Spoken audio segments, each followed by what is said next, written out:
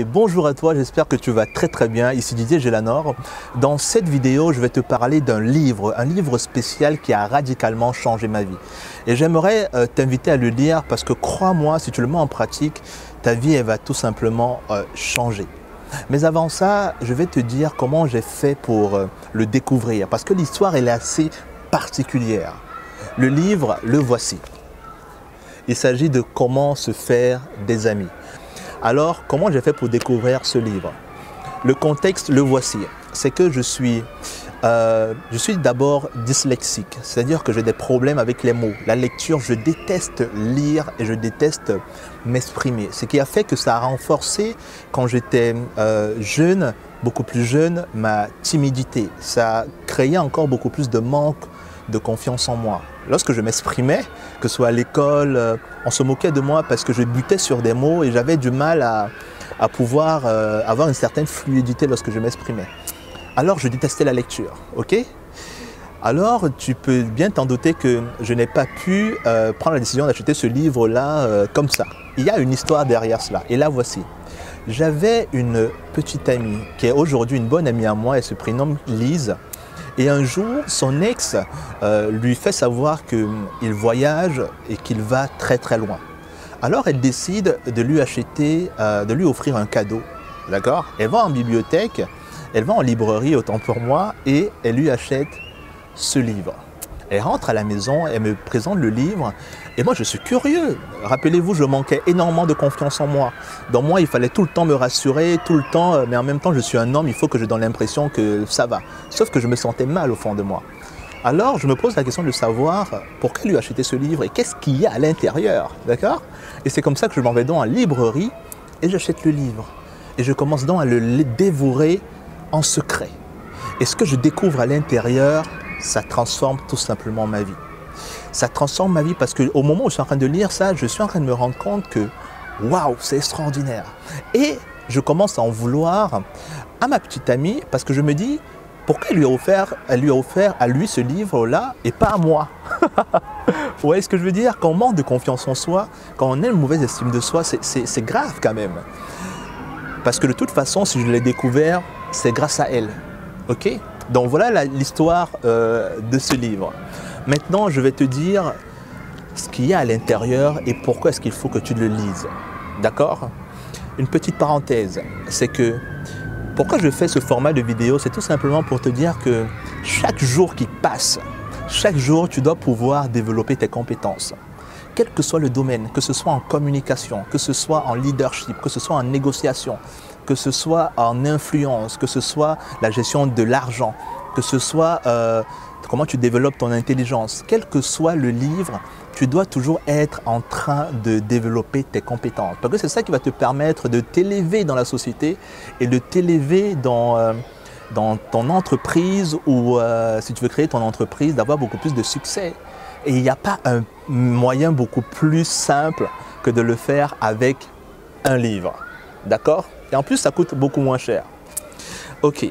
Maintenant, comment se faire des amis?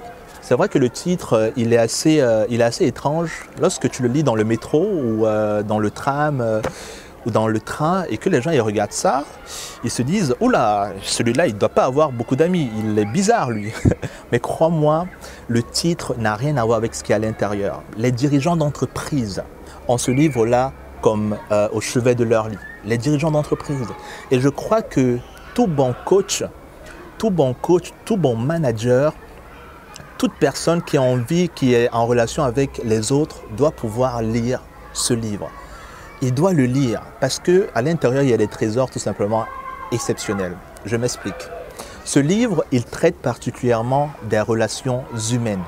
Les relations humaines, c'est-à-dire que tu sais que tout ce que tu as besoin de faire, tout ce que tu veux avoir, tout ce que tu veux obtenir, tu dois l'avoir par les gens. D'accord? Ce sont les gens en fait qui te donnent tout le bonheur que tu as, qui te permettent de te sentir beaucoup plus épanoui. En tout cas, tu es tout le temps en relation avec eux. Tout le temps. Et si tu sais comment est-ce que tu peux facilement entrer en relation avec eux, comment tu peux gérer les conflits, comment tu peux, n'est-ce pas, avoir cette gymnastique relationnelle beaucoup plus fluide avec eux, crois-moi, ça te facilite la vie grandement. Dale Carnegie, l'auteur de ce livre, il décide de l'écrire parce que, à la base, qu'est-ce qu'il fait? Il donne des formations sur la prise de parole en public. Et il donne la formation à qui? À des hommes d'affaires. Et il se rend compte que ces hommes d'affaires-là, au-delà de la prise de parole en public, ces personnes-là ont une grande difficulté, c'est qu'elles ont du mal dans leurs affaires à entretenir des bonnes relations avec des clients qui sont mécontents, avec leurs salariés, avec leurs fournisseurs. Bref, il se rend compte que le facteur humain est quelque chose qui est difficile à gérer.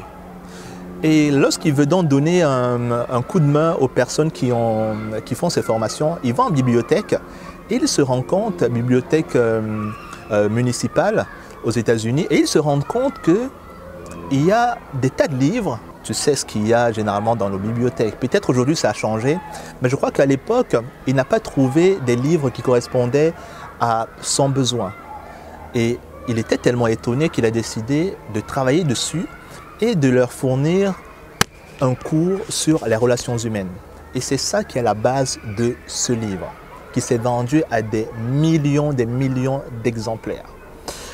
Ok, qu'est-ce qu'il y a dans ce livre? Dans ce livre, il est tout simplement divisé en 4 parties. La première partie, il s'agit tout simplement de 3 techniques fondamentales pour influencer les autres. Crois-moi, ce livre, ça n'a rien à voir avec la manipulation. C'est pas du tout ça. Au contraire, il met l'être humain au centre de ta relation. Un exemple d'un principe sur celui-là. Il dit ici, le chapitre 2, c'est de ne pas critiquer, de ne pas condamner et de ne pas se plaindre. Parce que tu sais que on est toujours les premiers à se plaindre des autres. Lorsque un travail ne se passe pas bien, lorsque on n'a pas le résultat qu'on veut, on cherche tout de suite un bouc émissaire. Et tu sais comme moi que ça ne favorise pas la relation, ça ne consolide pas la relation. Lorsque tu entres dans une entreprise et que tu es une personne qui est tout le temps en train de te critiquer, ça ne te permet pas d'être créatif, ça bloque ta créativité et tout à coup tu te braques en fait. Et justement, il a compris une chose fondamentale, c'est que si tu veux aider une personne à avancer, il ne faudrait pas que tu sois tout le temps derrière son dos. Aujourd'hui, tu sais, on parle d'entreprise libérée. C'est-à-dire qu'on ne veut pas quelqu'un qui soit tout le temps derrière nous en train de nous dire que non, ça tu fais ça bien, tu ne fais pas ça bien et tout. Une personne qui est tout le temps en train de se plaindre, qui est tout le temps en train de condamner le travail que nous sommes en train de faire. Alors le premier conseil qu'il donne pour influencer les gens, c'est ne commence pas à les condamner, à les critiquer. C'est facile. Si tu veux faire la différence, ne le fais pas. Parce que dès que tu commences à le faire, les gens, ils se braquent. Donc ça, c'est l'un des 3 principes qu'il donne sur l'influence. Je ne vais pas te donner tout, juste pour te donner... je vais te donner des petites miettes pour te donner envie après toi de pouvoir continuer. Alors, on va passer tout simplement à la deuxième partie. La deuxième partie, c'est les 6 moyens de gagner la sympathie des autres. Et là, je vais partager avec toi un moyen, c'est tout simplement de faire sentir aux autres leur importance et de le faire sincèrement. Tu sais, quand tu regardes la pyramide de Maslow, et c'est tellement évident ce qu'il dit, tu vois, c'est que quand tu connais la pyramide de Maslow, il y a un besoin qui est important, c'est le besoin d'estime. Le besoin d'estime, c'est-à-dire que le besoin d'estime, le besoin de reconnaissance. Et tu sais qu'on en a tous besoin. C'est-à-dire que même le plus grand, le PDG qui a l'entreprise la plus évoluée a à un certain moment besoin de reconnaissance. Nous avons tous besoin de ça. C'est un besoin qui est fondamental, qui est humain. Et c'est important de dire aux gens qui t'entourent qu'ils sont importants pour toi. C'est très important de pouvoir le leur dire, sincèrement. Il ne s'agit pas de les flatter, parce que de toute façon, les gens, ils sentent lorsqu'on fait semblant. Mais tu vas te rendre compte que les gens, c'est pour toi évident, mais très peu de personnes prennent le temps de le faire. De dire, montrer aux gens combien de fois ils sont importants pour eux, que ce soit les membres de la famille, que ce soit dans la société, que ce soit les amis. Ils font tellement partie du décor qu'à un certain moment, on commence à les banaliser. On se dit que peut-être qu'ils doivent savoir qu'on les aime. Notre conjoint ou notre conjointe, elle doit sûrement s'en douter que je l'aime ou que je l'apprécie, mais c'est pas vraiment ça. C'est pas vraiment ça. Je sais particulièrement que dans ma famille, c'est pas quelque chose que l'on a tendance à dire. Et j'ai pourtant commencé à le faire. Et ça a débloqué énormément de choses, énormément de choses. Et je me rappelle qu'une fois, ma sœur aînée, elle m'a dit, je l'avais au téléphone, elle m'a dit, tu sais quoi, tu devrais aussi me dire de temps en temps que tu m'aimes. Et ça fait un moment que je ne lui avais pas dit.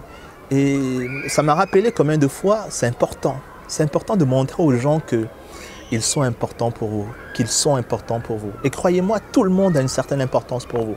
Lorsque vous rencontrez une personne pour la première fois, vous n'avez aucune idée du rôle qu'elle va jouer dans votre vie. Et c'est pourtant une personne importante. Donc, moi, ce livre-là, je l'adore. Et croyez-moi, lisez-le et vous n'allez pas le regretter. Alors, la troisième partie, il parle de 12 moyens de rallier les autres à votre point de vue. Tu sais, on a tout le temps besoin de communiquer sur nos idées, d'accord? On discute et on a un point de vue et on aimerait que les autres, qu'ils adhèrent. Et tu vois que la communication, comme je t'ai dit dans l'une de mes vidéos, c'est vraiment une question de leadership. Alors, l'un des points qu'il présente pour justement faciliter cela, c'est tout simplement de respecter les opinions de vos interlocuteurs. Ne lui dites jamais qu'il a tort. Tu sais combien c'est important. Mais combien de personnes font ça? Combien de personnes font ça? Tu sais, aujourd'hui, tout le monde a une opinion. Si tu respectes l'être humain, tu dois te dire que si une personne te donne son point de vue, c'est-à-dire que dans son esprit, il pense qu'il a raison. Et si tu le respectes, tu dois pouvoir respecter ce point de vue. Et si tu commences une négociation, une discussion en montrant à une personne qu'elle a tort ou en lui disant qu'elle a tort, crois-moi, c'est le meilleur moyen de faire que la personne se braque. Parce que nous avons tous un certain ego. Et on n'aime pas entendre qu'on a tort. Donc du coup, il faudrait que tu trouves un moyen pour lui dire que son point de vue, tu ne le partages pas, mais que tu respectes son point de vue. Et que si tu étais peut-être à sa place, tu comprendrais ce qu'il voudrait dire. Mais toi, tu vois peut-être les choses autrement. Et crois-moi, ça facilite énormément ta relation avec les autres. Ça facilite énormément. Tu sais, on déteste tous les personnes qui pensent qu'elles ont raison, que toi, tais-toi, je sais de quoi je parle et tout. Non! Si quelqu'un vous dit quelque chose, et en plus c'est la meilleure façon de s'enrichir, ça te permet de se comprendre. Je n'avais jamais vu les choses de cette perspective, mais explique-moi un peu pourquoi est-ce que tu dis cela. Je comprendrai mieux ce que tu veux dire. Et je partagerai avec toi ce que j'en pense. Et croyez-moi, ça facilite la vie, quoi. Moi, quand j'ai commencé à appliquer ce qu'il y a dans ce livre, ça a tout simplement tout changé. Donc ça, c'est l'un des points de ces 12 points. Et maintenant, nous allons voir la quatrième partie, qui est tout simplement soyez un leader. Tu sais, quand on parle de communication, leadership, forcément, d'accord.